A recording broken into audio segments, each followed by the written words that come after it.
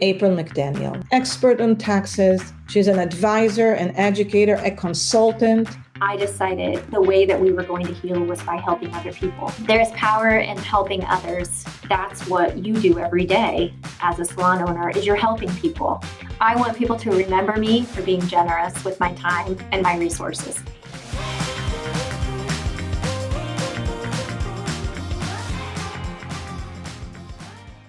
I'm super excited to have today on my show April McDaniel. Now, April McDaniel and I have known each other for a long time. She's an expert on taxes. She's an advisor, an educator, a consultant on taxes. She's been working in the beauty industry for the longest time, and she understands that nobody else what mistakes we make when it comes to taxes. She is part of Kopsa Otte that has been referred as the expert CPA firm and specializing in salon, spa, and wellness centers. Now, April has not only been such an extraordinary spokesperson in our industry for taxes and expert, but also for many challenges that salon owners and spa owners do have on a daily basis. Now, her ability to take difficult topics and make them easy to understand within the taxes world is what makes her super special. So I'm super excited to share with you her successes, but more than anything, the cost of getting there. And what does it take for us to get some really good tactical advice that helps us get to where we need to be? How to optimize everything when it comes to taxes.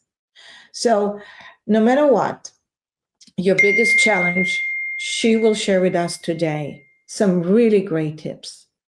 April, it's so good to have you here today. I'm super excited about what we're going to be talking about today because we were talking a little bit in the room before that, and I'm stoked. We've known each other for so long.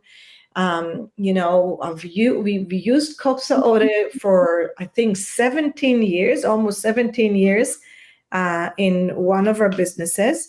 And so I'm super excited to talk today about what goes into the organization in terms of visionaries, because in a partnership in Kopsa Otte, it's a company that has been around for a long time, and you are part of their partners. Like, you're literally either a visionary within the company.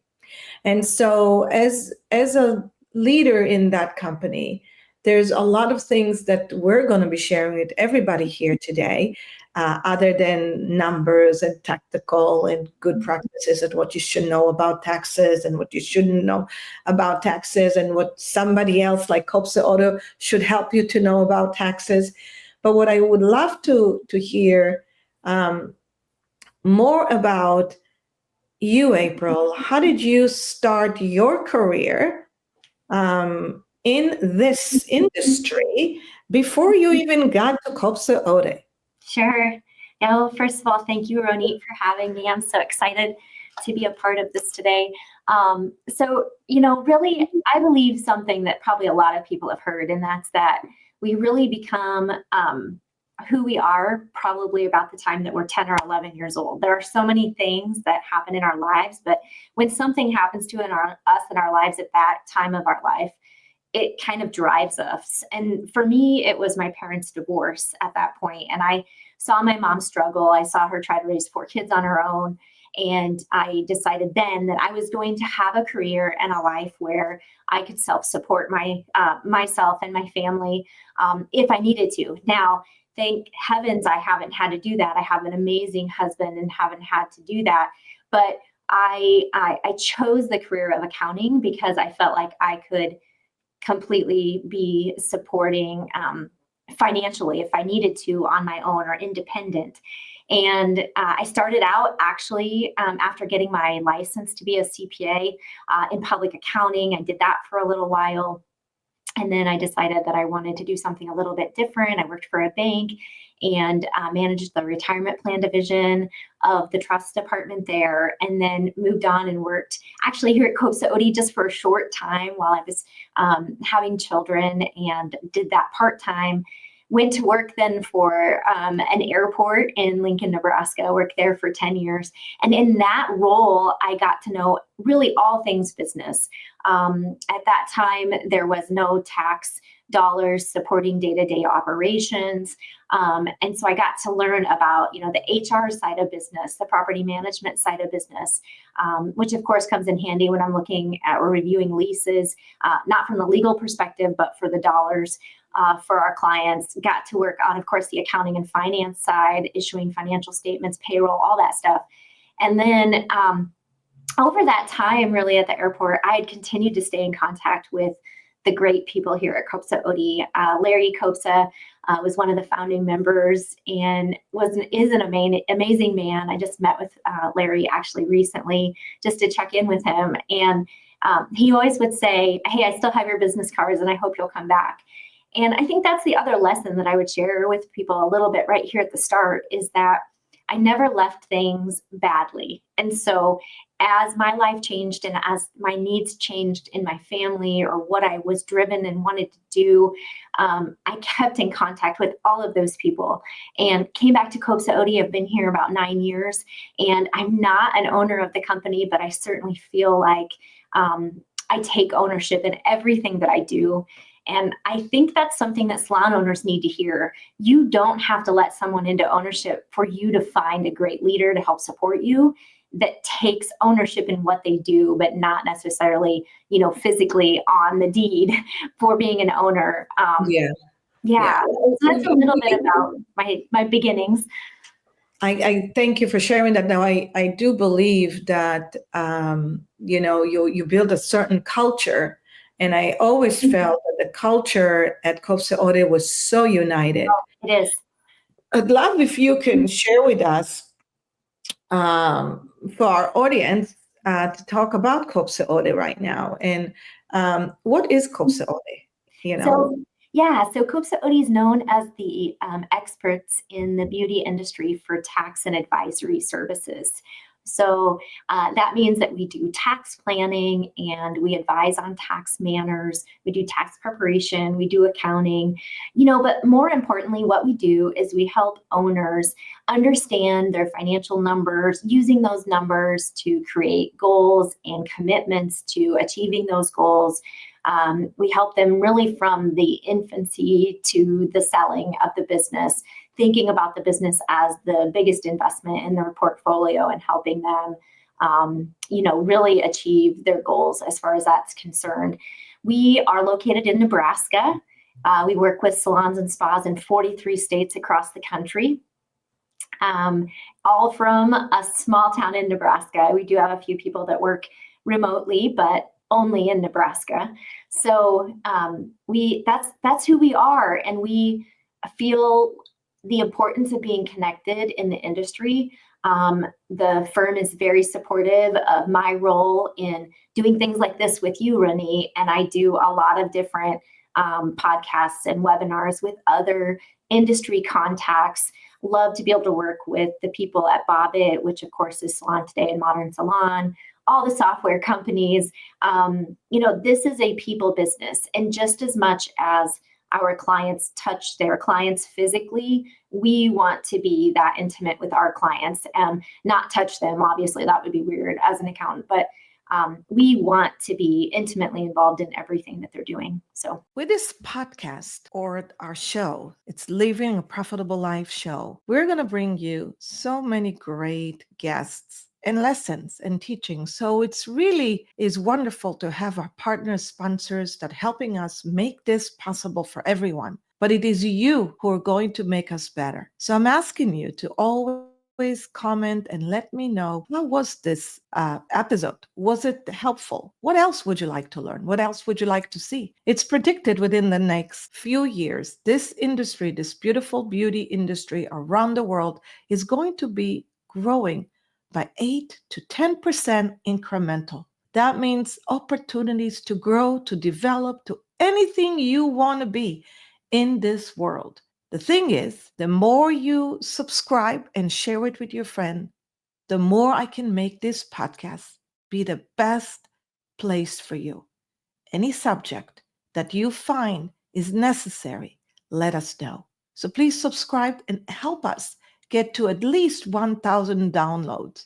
Once we get there, we'll celebrate.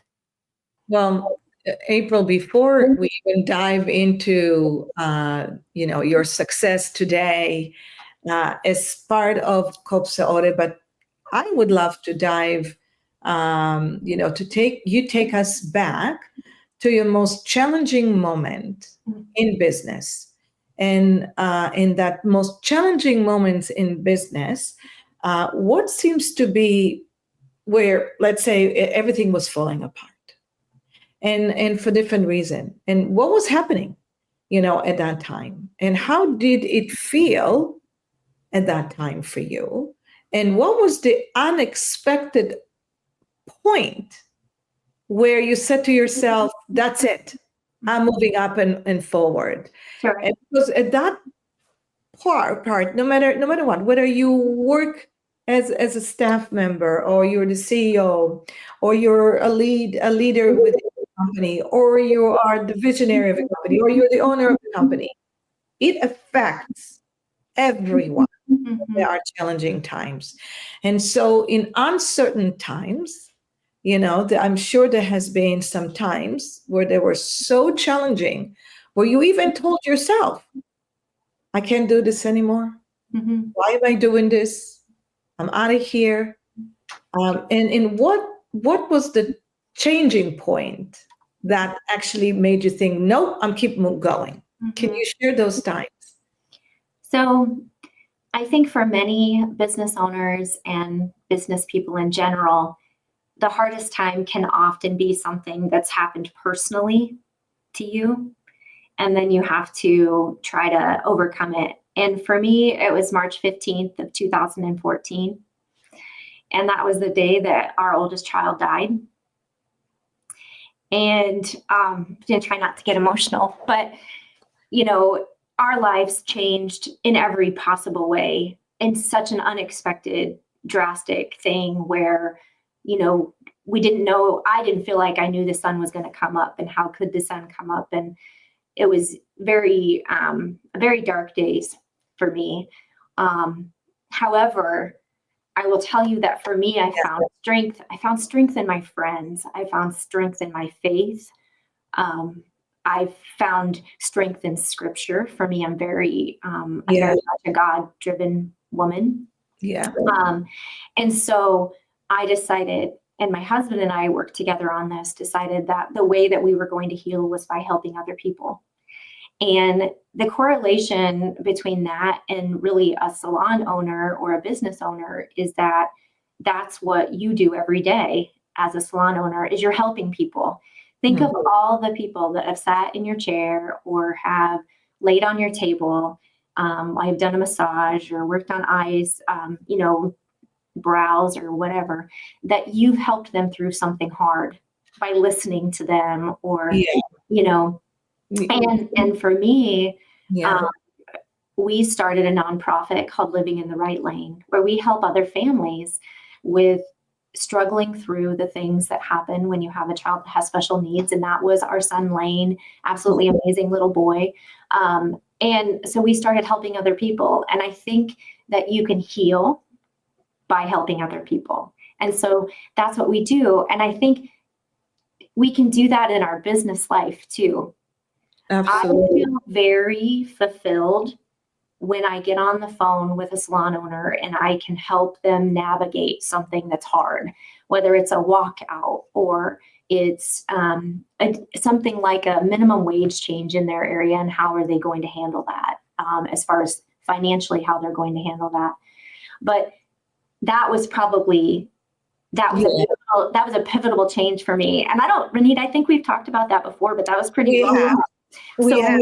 And thank you for sharing that, April, because I can't even imagine what you went through, the process of going through something like this. And what I'd love if you could share, in any of that time that you were going through, did you feel like not doing what you were doing anymore? I made a career change.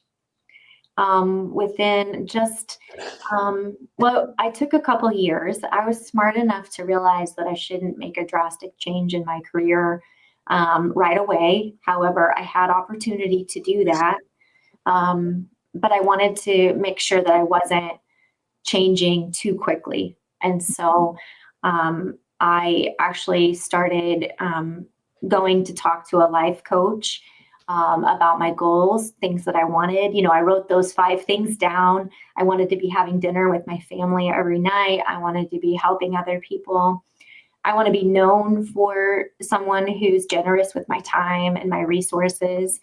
I wrote those things down, and over the course of about probably 9 to 12 months, just started figuring out how I was going to make that happen. And so I went from, a very stressful job with a very long commute to I'm 15 minutes from home now, and I have flexibility, and I get to do what I love, and that's helping other people in a different way than we do with living in the right lane, of course. But here at Kopsa Otte, I get to help my clients. And I absolutely love that. Now, there are people here that they absolutely love doing tax returns. And they love, what I would call the typical accountant things that you think about when we think about accounting and tax people. But I get to do consulting and work with people to help realize their goals. And for me, that's very fulfilling. And so that's what I had to do. I just had to take time to really focus on me. And I don't think I was really focusing on me before. I think what I was doing was trying to figure out the best way for other people to think I was successful. Because for so long I had lived in this world where it was important what other people thought of me. Yes. And so for me, it was, I wanted to make a ton of money, and I never wanted to be a single mom, or never wanted to, all these things. And then I realized that, God has this purpose for me and this path for me. We're not in control of it. But what I can do is I control how I react to things, and I can live for me instead of living for I love that. Mm-hmm. In times like that, I think we can even take that as an example for all of us entrepreneurs out there when we go through a hard time. And running a company, you always go through waves. You might be in great waves, and something happens, takes you right down, and something happens and it takes you right up there. You struggle with being very lonely in that battle. And that's why I love the community of, that we have here, where you don't have to feel alone. That there's some really tough moments, but you can get past them. And so, and there is a cost for success. There really is a cost for success. And the fact that sometimes we have to hit something really traumatic in our life to make a change, to go, like you said, it was a pivotal change for you. Right. I think that gives you the opportunity, as you saw it, see things differently. And obviously,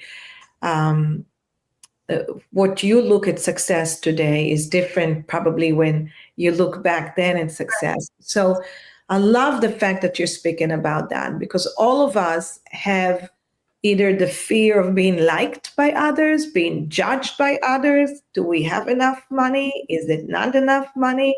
Am I doing enough and I'm not doing enough? Whether it's an employee think about us like this or the bank thinks like this about us. But I love the fact that you talk about, I decided to write how I want to live my life. Yeah. And my career will supplement that. And it will be part of what I want. Mm-hmm. And so would you consider that as a success? It is, but it's a lifelong thing, because it changes, it's going to keep changing. And I think that finding my role here at Kopsa Otte is going to allow me to continue to change too, because they're very supportive of what's important to me personally. And so that makes a big difference when you work with people that you feel care deeply about you, and they care more about how my family is than about a big project. Yeah. We're very cohesive. I have this philosophy. It's hire slow and fire fast, and you hire for culture, and you train. And so to me, it kind of correlates to when you're a salon owner and you have one of your biggest producers leave, and you are trying to make the decision whether you hire somebody that you don't think really fits your culture, but you need the dollars to come in for service provider dollars. It's that I got to stop and I have to hire for culture. I can't hire because these dollars are needed here, because it can really change things if you make a bad hire. You have to stick to your story and what you want. And that's what this place lets me do. Now, this episode is sponsored by Salon Cadence, the only global advisory network helping salon and spa and med spa CEOs scale to 7 and 8 figures without a burnout. This is not a do-it-yourself program. This is do it with you and for you. From profit-first system to team-run leadership. First, we fix the numbers, then we create the wealth, then we focus on CEO mindset, and we build the process with your team to give you the ultimate freedom to become the true CEO and visionary you are. We have helped thousands grow widely successful for freedom-driven companies in beauty, wellness, and regenerative medicine. If you're ready to grow, scale, and live a wealthy life, visit saloncadence.com. Now, one of the most important things that you can invest in and not do it yourself, I highly recommend mysalonbooks.com. Salon owners that are tired of never knowing if you're actually profitable or where your money is going, on what your money is doing for you or against you. The team at My Salon Books takes the stress off your plate. They are specialized in salon booking, providing real-time insight and financial clarity so you can focus on what you do best, running a thriving salon. Here at Salon Cadence, we recommend mysalonbooks.com. It is the only bookkeeping management that utilizes the profit first the right way. So go to mysalonbooks.com to learn more and get free evaluation of your own books. Well, yeah, and that's great that you bring it up, because you've been working with obviously service providers and salon owners and med spas, all shape and forms and with all sizes. And so, and going deep inside people's numbers, which is one of the scariest. And I always love to talk about money, and I love to talk about numbers because it's one of the biggest struggles when we get our own, members. The biggest fear is to talk about money. And so when I was a little kid in my house, we were not allowed to talk about money. And as a matter of fact, numbers and money was two things that my parents always fought about. And so growing up in my house, I always thought that money is a source of all evil, and that numbers and math is something that I will never be good at. So why bother with that? And I took it into my adult life. And when we get our members, that is my healing part. Thank you, April. I love seeing how people get their ahas about the number, and they understand it and they have the confidence to make decision. That's a big turn on for me. And so I so get what you're saying. So speaking about that, and I know we're going to get on the technical parts really soon, but I wanted you to share in your experience. You just shared something about hiring slow and firing fast. But I would love for you to share what are the key successes that you see in every size of company that they do, or the exercise that it does help them scale. It does help them grow, and that they, I would say, the culture feels pretty good there, and I'm not talking about people who think they are in a good place and they think that their teams are so great, because you know how it is. You always hear it. Oh, my team is fantastic. Oh, I have a great team. I have this. And then about 6 months later, something happens, Right. which it does. But over the course of the years, and you've been in this industry for quite some time, what great practices that are timeless you see are good to share with everyone? You can't be afraid to ask questions, and you can't be afraid to accept the answers, even if you don't like them. I think that's so important. You have to put. What do you mean by that? So sometimes I feel like business owners they're scared that they have a dumb question, and so they don't ask. Or they don't want to know the answer because they're worried that they've done something wrong. I think it's so important that you find a financial partner that you're working with that you feel comfortable with asking those questions and accepting the answers for what they are. That's important. You have to be a lifetime learner. You can't think you know everything right now because it's changing every minute. So that's really important. I also think it's important to have processes and operational systems. One of the most successful things that I see in a transition of a salon is having good systems and documented systems in place. And so that's really important. Investing resources in having that continuous learning, whether it's technical or it's just life stuff.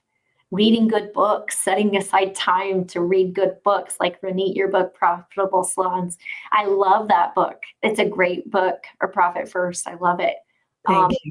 And just like, right now I'm reading, I'll show you what I'm reading. It's a great new book that just came out. It's by John Gordon. It's called The Seven Commitments of a Team. Oh, I saw that. I haven't read that yet, but I see it everywhere. Yes. Yeah. I think that you have to be willing and open to reading and learning and adjusting what you're doing because times change. And of course, we're living right now in an era where there's 4 generations that are working. And so you have to know how to do that. So those are the things that I think. I love that. And I'll go back to what you said before. And this is a quote that I love so much by Ralph Waldo. The purpose of life is not to be happy.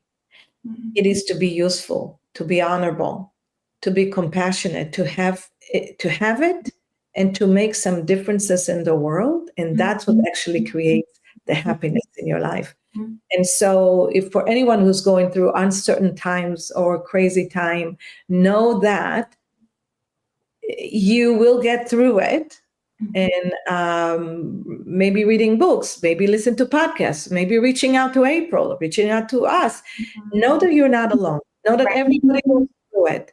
And we all have shared experiences, and there's nothing better than to be in a community. Right. So ask questions. I think that's so important. I for years I didn't ask questions. And then I've changed that momentum, and now I'm like a gig. I'm sitting in the front of every class and asking any question that I can. Sure. Yeah. And that is important. That's such a good. And reading books is maybe hard because sometimes we have no time like we used to. But listen to the audio or listen to the books. I think that's so important. Let me just share one thing. Yeah. I'd love the best books that I've ever read that are about controlling your mind and your self-doubt is Mind Gym is the name of it. And it's all about understanding the limits that we put on ourselves by our thoughts, our own thoughts. And it is available by audiobook. If you buy the paper copy from Amazon, it's like $10. And Mind Gym. Mind Gym. I could tell you the author. I'd have to look it up. I can't remember right at the moment. It's okay. I'll put it in the show notes. Yeah, it's a great book. If you have an athlete in your family, it does have some direct lineage with athletes, but it's a wonderful book. And I think that it will help people understand how we limit ourselves. Instead of us always blaming someone else, it's really us that has to make those pivotal changes have to come from us. Mm-hmm. Absolutely, it's a good one. Typically it's the thinking that either going to take us to the next level or it's going to take us down. Mm-hmm. Because when you generate a thought, the thought afterwards generate a feeling. Yep. And the feeling generates an action. Mm-hmm. So it all starts with the thought. And so you either have to choose to be happy or to be not happy. There is no in between. There doesn't exist. It's either happy or not happy. So, because there's not going to be a middle like, oh, I'm happy, I'm not so happy, No, you're either happy or not happy. And so if you also think about it, it's like you're either choosing to think negative about something or someone, or you're choosing to think positive about somebody or someone. Now, the minute you start thinking positive, it already creates a feeling. Mm-hmm. And it's the feeling that gets you to where you need to be. That is exactly right. That is a superpower, Ronit. That is a definite superpower. If you can take hard things and turn them into something positive, that is a superpower. And it's one that we should be teaching our girls from the time they learn to walk. Because in our lifetimes, there's so many things that are going to happen that we need those skills. We need those skills more than we need to know how to balance a bank account. We need skills to be strong and be able to overcome things. Yeah. And support. The more, like you said, the more you support others, the more you're going to get so much back in rewards that will make you happy. And I love that. Let's talk about my favorite subject, money. Money, yes. Money. Both of us share a lot of the same clients. Both of us share very similar experiences. We both share passions about numbers. And one of the things that when we onboard members in any service business that we work with, there are 3 or 4 phases for growth. Okay, so if you're a solopreneur and you're only working, by yourself right now, and your goal is to continue working by yourself, and in where you are, there is a limited amount of how much you can sell time. You're not going to be working 500 hours a month. Right. But there's other ways that you can multiply. You can use a multiplication to maximize and optimize on your profitability or on the generation of income. If you decide to move on and to build a company, that means that now you're building a team. So whether it's 3 or 4 or 5 team members, and then at that point, again, you're only going to be working as many hours, but you're actually in the place of growth. You got to make a decision whether you want to scale beyond where you are. So I usually look at this as the 5 steps of growth. If you're solo and you want to move forward, that means maximize to your highest potential in your solopreneurship life. When you go to the next phase, which is basically anywhere between 250 to 500K, you got to optimize and maximize your team, create an attractive workplace, because you're building a team now, and you got to start to limit yourself from being the operator or the highest risk in your company, where the company is relying on your income or relying on your present in order to grow. Mm-hmm. So it's the 500 all the way to about 700, 800. And then when you get to the 700, now you're looking into a much larger company, much leadership. And at this point, you got to look at this into, okay, what's next for me? Because if I want to scale, that means I need to replace myself with 2 or 3 big salaries. That means managers. We're looking about anywhere between 60K a year to 150K a year. So now you're going to move into the next phase, which is about 3 to 5 million and so on. And the reason why I'm coming into this subject is because as much as your systems needs to be different in each phase, so is your revenue is different, so are your taxes. Mhm. Are different. And so can you speak to that on why are they different? Mhm. And what are the 3 things that you recommend to always do in order to leverage on the most that we can get, Mhm. what we legally can get? Sure. So, first of all, I would say whether you're a solopreneur or you're the $5 million gross receipt salon, it's the most important thing is to be a business person first. And what do I mean by that? I mean that you have to be thinking about the future from the beginning. You have to be thinking about who you are, what you want to be, and developing things all the way along. If you're a solopreneur, and if whether you're an LLC or not, you are paying self-employment tax on your income. And that's okay. It might be the best choice. But there's other things that you can do as you grow. It might make sense to look at being an S corporation. Now, there's no magic calculation to determine whether or not you should be a solopreneur as on a Schedule C on your personal return, or you should be an S corporation. It's math, and the state tax that you live in makes a difference.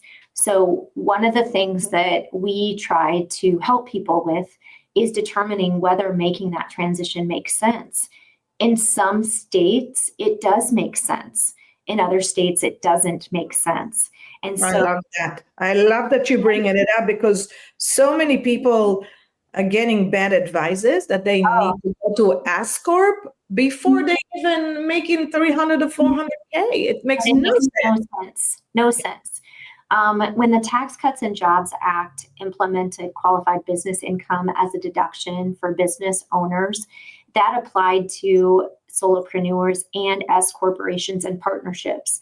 And so we really have to look at the numbers to determine whether it makes sense to be whichever entity. And so I call that tic-tac tax advice, Ronit, and I'm very tired of tic-tac tax advice, TikTok tax advice. Yeah, yes. I'm also extremely frustrated when I hear people giving tax advice that are not tax people. Right. So one of the things that I really try to do in my educational role here at Kopsa Otte is educate on things that I truly know about, not things that I don't. And so,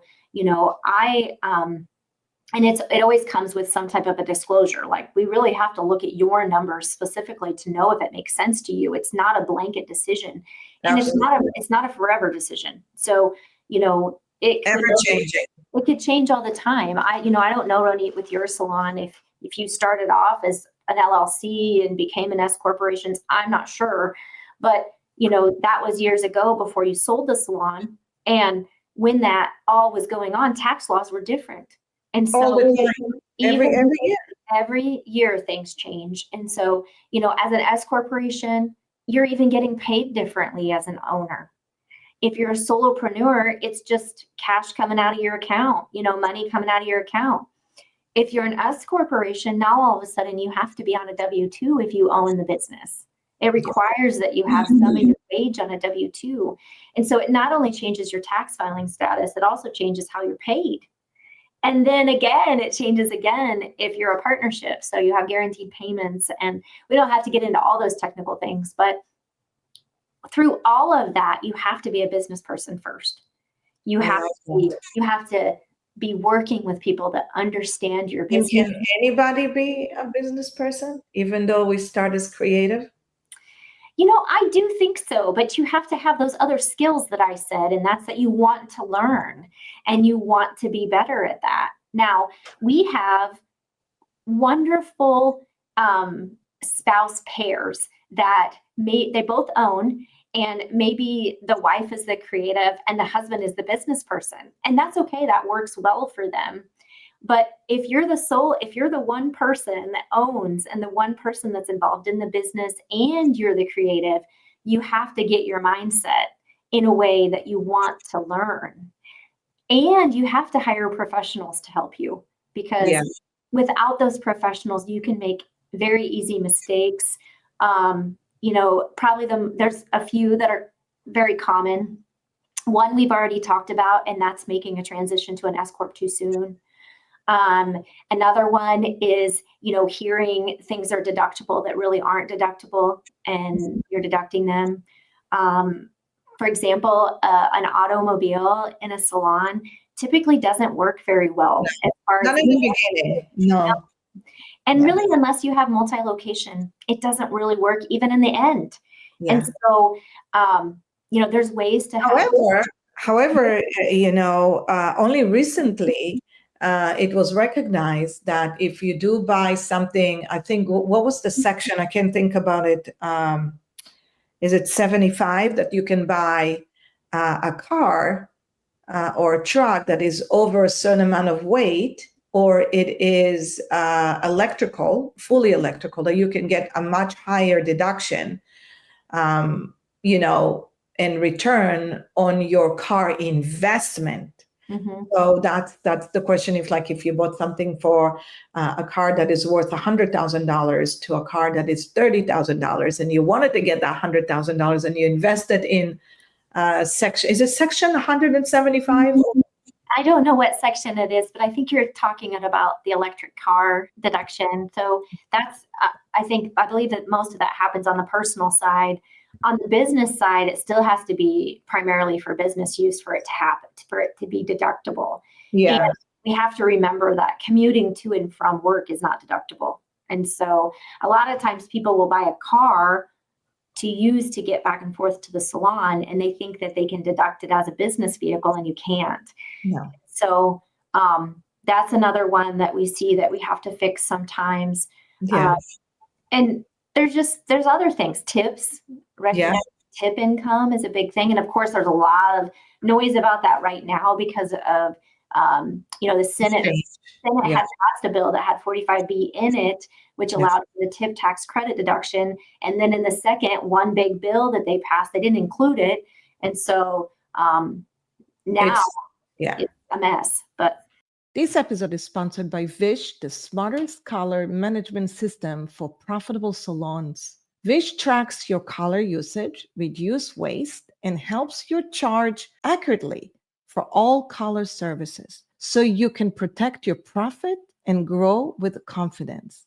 You know that we are all about profit and how we live a profitable life by design. You can definitely make it so easily, and I've seen it, the actual results on the P&L. Vish makes it happen. Now join thousands of salons using Vish to scale smarter. Head to getvish.com and see the difference for yourself. This episode is sponsored by Forest Salon Software, the all-in-one solution designed to help salon, spa, med spa owners really deliver with confidence and really design and drive their company to success. Forest isn't just a booking system. It is your machine that will help you grow your company with smart marketing and real-time reporting, staff performance tracking, and world-class support. And I mean world-class support, because I wouldn't even recommend Forest if they didn't have a world-class support. Now, so whether you're scaling to 7 figures or streamline your operation or need to fix things and tighten things up, Forest can help you make smarter decisions and deliver the luxury experience that your clients and your members really need.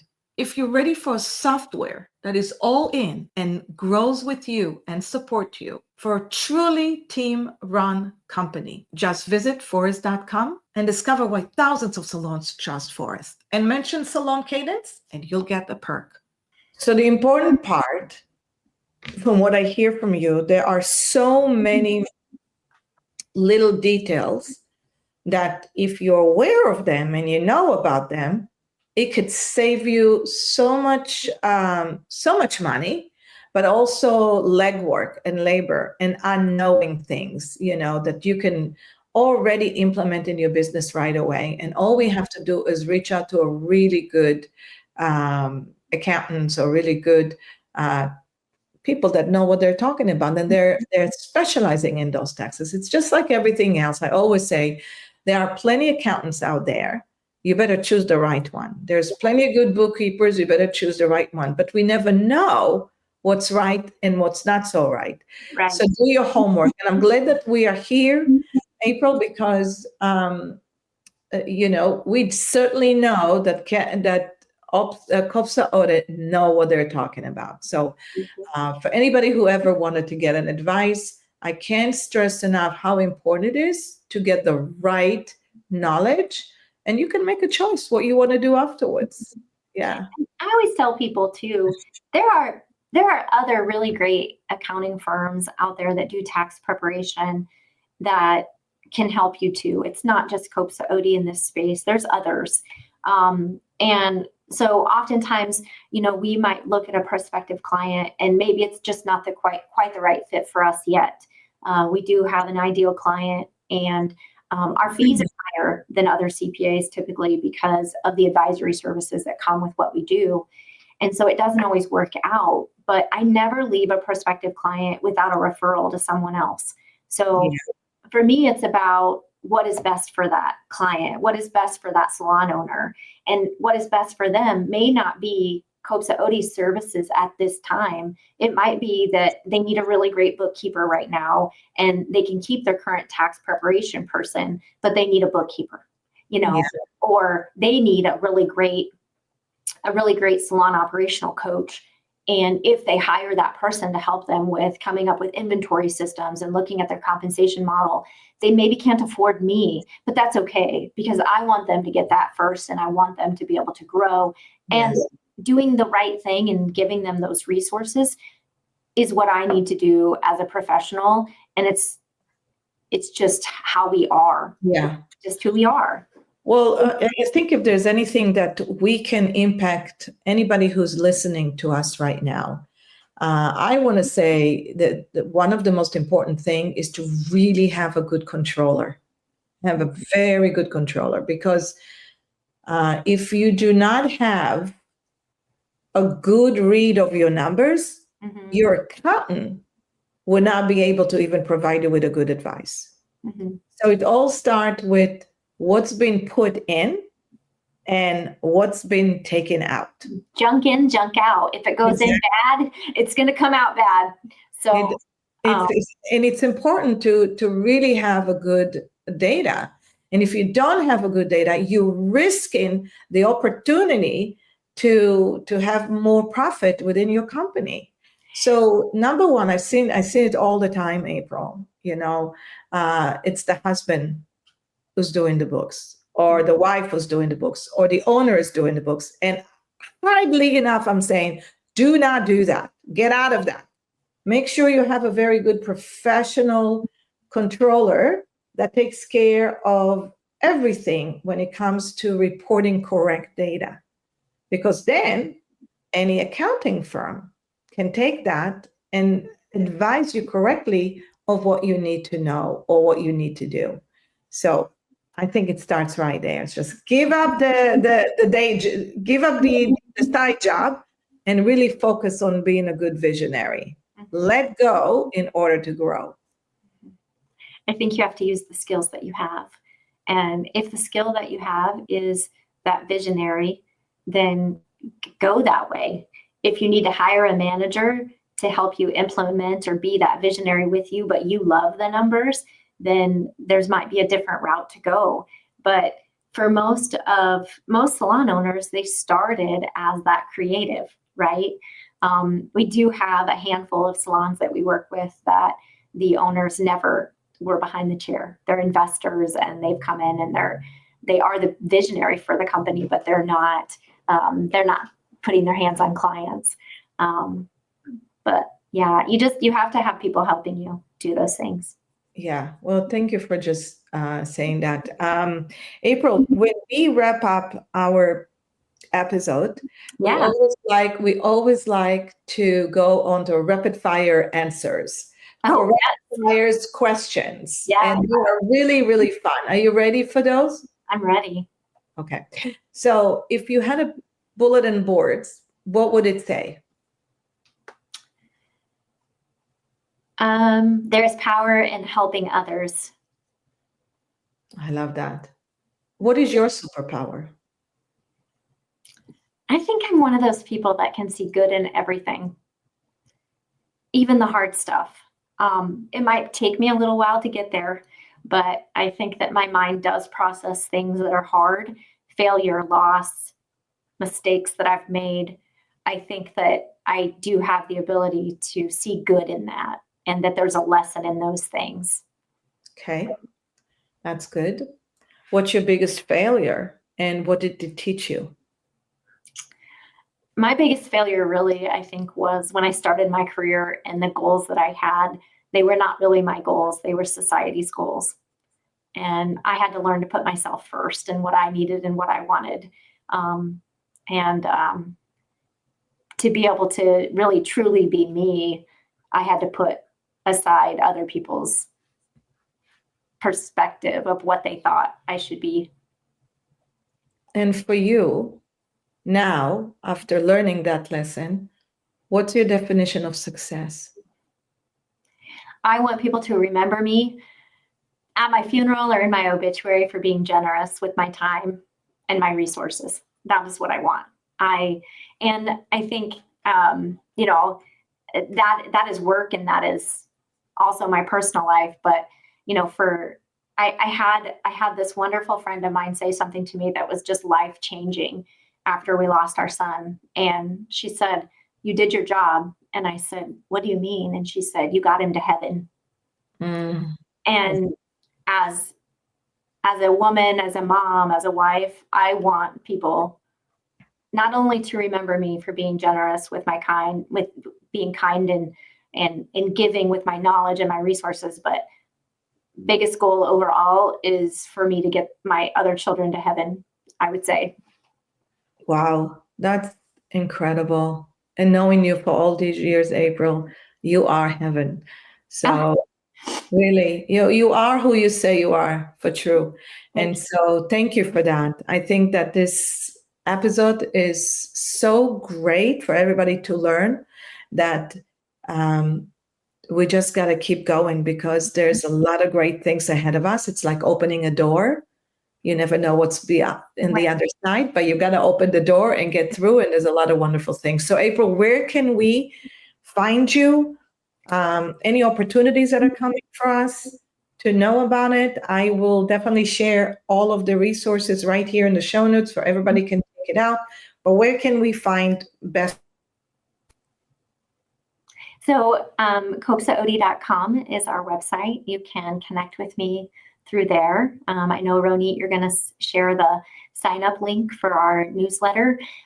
It's a great newsletter where we focus in on industry related business items. If you're following the tip tax thing, which is a timely thing right now, we're doing newsletters frequently about that. And we also share our information about industry education that we're doing or where we're going to be through that newsletter, allowing you to register typically for those webinars for free. So you can do that. And I love bringing in guest speakers into my webinars. So just like you and I did this today, over the course of the year, I have collaborations with a half a dozen to 10, 12 different people that I just love learning what they're doing and sharing what we do. And I really think, like we talked about at the beginning, this is such a community. And that's how we continue to build that community, is to collaborate with one another about how to be successful. 100%. Thank you so much, April. This was wonderful. Thanks for letting me share my personal story.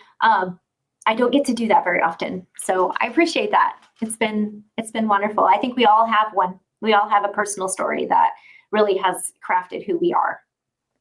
Thank you for sharing that. I think a lot of people will value that story tremendously. Yes. Thank you. Thanks.